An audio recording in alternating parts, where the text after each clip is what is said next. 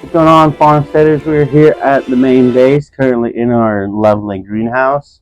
It's not quite done yet, but we're going to get it done here soon because we got some cold weather coming in, so we're going to try and get that done as soon as possible. Um, what I want to talk to y'all today about is things you should think about before you start in a garden. Starting a garden can be a really daunting task, and I just want to help y'all out. So we have some tips and tricks here that we went to the farmstead family and the interns and we said, what do y'all eat vegetable wise in your meals? And so there's a lot of carrots, potatoes, big green beans, broccoli, the vegetables are good stuff. And so we wrote a list down of all the things that we eat vegetable wise on a sheet of paper. And after that, we knew. So there's a little thing called companionship, companion planting. Companion planting is, some things go good together, and because like onions and garlic, they have to have the main source of water. They don't really want to be on top of anything else.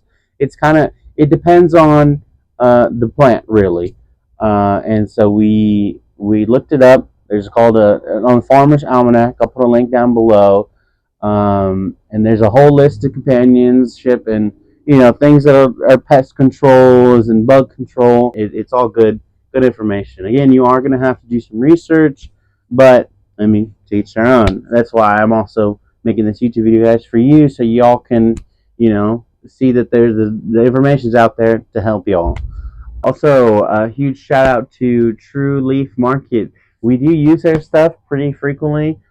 We like their seeds, actually. We get good stuff from them. And do your research on what you want. I know True Leaf Market has it has like a whole catalog. They got magazines and stuff. If you really want to do the whole magazine thing, I'll put a link down below. It's not sponsored, but True Leaf Market, I know I put in my ambassador application. We figured out. We did a little bit of measuring. We figured out how big our beds were, what you want to plant in, how good your soil is. You can get your soil tested actually if you want to. I don't know. I didn't look into it because we've been planting on the same piece of land for a while now, and so we didn't really need to test it. I mean, we use good compost. We have goats, chickens, and we use pretty good compost. And got 3 foot beds by 65 feet. So you can go a lot in that. If you want to just do something small, like in your backyard, we have our 22 by 24 little plot that the boys are planting in, the interns are planting in. So I mean, you can do them all different shapes and sizes, and you can also do in like a raised garden bed or a pot. It all depends on what your space is. If you're just doing it in your house, I mean that's a different story. You know what I mean?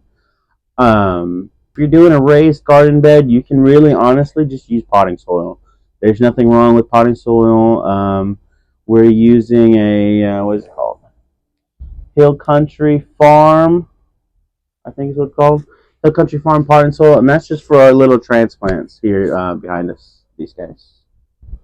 So we're just using those, and we have a little bit of compost. So we mix compost and a little bit of extra stuff and perlite in there. Your potting soil usually, if you're just using straight potting soil, it usually has all the things you need to do a little at-home raised garden bed or something or another. So it depends what you want to use. So once you figure out what you want to plant in and how big your space is, then you can go ahead and draw it out. It's pretty simple actually. Just get you a sheet of paper, and once you figure out what's companion, what's good together, what's not good together, and you have your list, it's honestly pretty easy. You don't really have to be an artist, to be quite honest with you. All you got to do is say what you got, a box or a circle. Draw you a pot, and just put it together. I'll show you what ours looks like currently. We have right now all we have on that picture is our 12 rows, 3 foot by 65 rows that we're growing, and we have everything in there. And some things you can, because like we have an instance where we're growing a whole roll of cucumbers, but we're going to grow beets and radishes on the sides because it takes beets grow a little faster than cucumbers, and so it'll by the time we pulled beets and radishes and our soil is good enough for that, cucumbers will already be halfway through their life cycle, and so that's the plan there. Once you're ready, your soil is pretty important. So you have to work in compared to potting soil. Like potting soil, you won't get weeds and stuff like that. So it's a little different. But again, if you till it, hoe it, and just get all that moisture and all that air all mixed together. Because again, plants, they need a lot of air, need a lot of moisture. There's little clips of us working in the garden and moving compost over, and compost is a pretty big important thing because it's a natural fertilizer we have go mixes in, and I mean it's good stuff.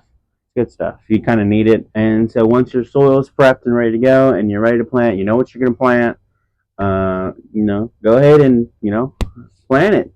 um, there's apps and stuff where you can track your cycle of your plant growth and all that fun stuff. I'll also put a link down below. There's a free one. We're using Veg Plotter currently because we're with the school. So if you're with the school and you want to do it as a school project, then you can use that as well. Veg Plotter, it's really good. And so I mean, it has, again, it uses calendars. There's different apps that you're looking for.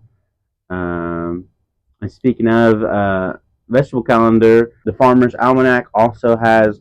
You type in your zip code and it'll show you based on your location all the stuff that you could plant in that season, and so it's pretty good information.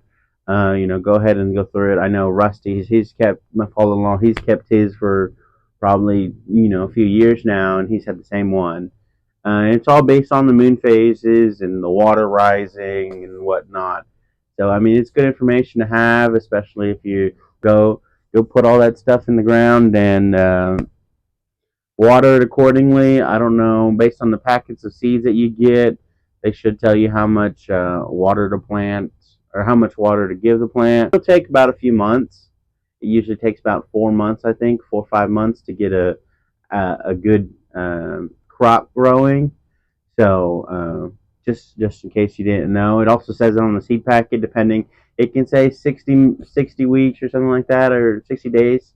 So 3 to 4 months is a good time frame of when to expect seed or to expect vegetables and stuff growing. So, and now you should be ready to go ahead and plant. Put your seeds in the ground if you want to direct sow them, or depending on the Farmer's Almanac in your area, and get to gardening.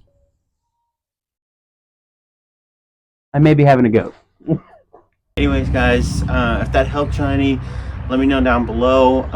Tag me on Instagram at Good News Farmstead. Let me know if that worked for any of you. Just in case you're wondering, while I was filming this video, yes, we did have some babies. We had 2 new baby goats. Anyways, guys, thank you so much for watching that video. If you enjoyed that, make sure you leave a like and subscribe down below.